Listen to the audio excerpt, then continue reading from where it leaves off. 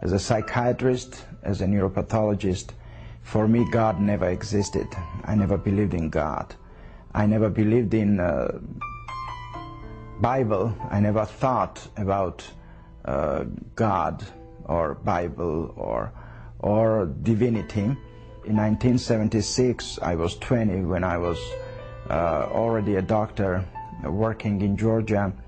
I met a lady from Texas, and I tried to leave the country many times, but I didn't have such a help. This lady tried to help me, and I became in big trouble with KGB. Because my work, I worked on adenosine triphosphate, it's a neurotransmitter in our brain, and with the conjunction of oxytocin, I discovered several things, and I was a scientist, and KGB didn't want me to go, so that's why they decided to kill me. That's how I got into another dimension of my life. I was standing on the sidewalk, ready to depart to New York, waiting for a cab, when a car ran on the sidewalk and hit me. I flew 10 meters and I fell and then ran. The car runs over me. My friends and relatives took me to hospital, and the hospital staff, friends of mine, and 2 other professors constated or declared me dead. They put me in morgue in a freezer, and 3 days later they took me out on Monday. It was Friday night, and on Monday morning they began my autopsy. And these 3 days being out of my body, seeing everything what was happening around, seeing myself, my body, seeing my birth, my parents, my wife, my child, my friends. I saw their thoughts, I saw what they were thinking, how their thought moved from one to another dimension. It was an incredible experience. I was in darkness, in total darkness, and this darkness was pressing. This darkness existed not beyond, but existed within. What I want to say is that darkness was pressing, and I was in the middle of this sphere, and I didn't understand why and how this darkness existed. Where was I? And I understood I didn't have a body because I didn't feel it. But then I thought about light. I went through that little hall into light. But light was more powerful, more burning. I mean, you cannot compare it to anything. No word can explain it.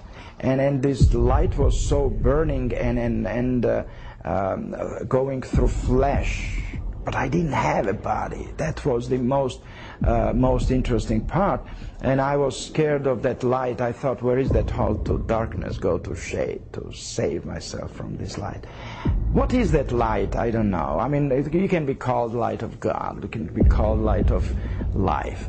But light is light and darkness is darkness. And then, as a psychiatrist and scientist, I didn't think about that. The only thing was that I was in light. We were not raised in Galway. You know, Soviet Union, we didn't go to church. We didn't have... There were people who went, but they were some kind of limited people.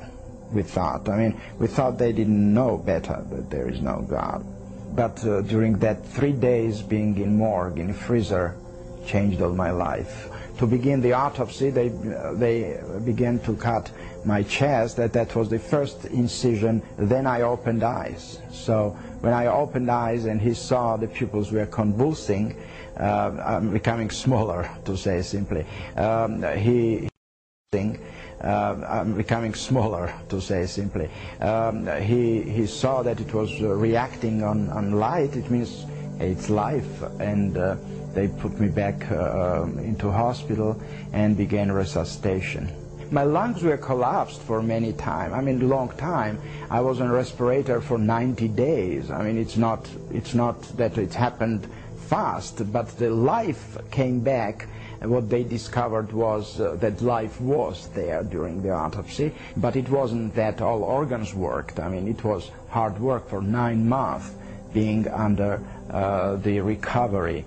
It didn't happen immediately. I mean, the life was there, but it doesn't mean that I could survive if not doctors who helped me to regenerate my health and organs. When I came to life back, a lot of different experiences happened, and I experienced a lot of rejection, a lot of fight with the reality of others, but nothing could change my mind. I knew my destination, I knew my way, and I decided to leave the country.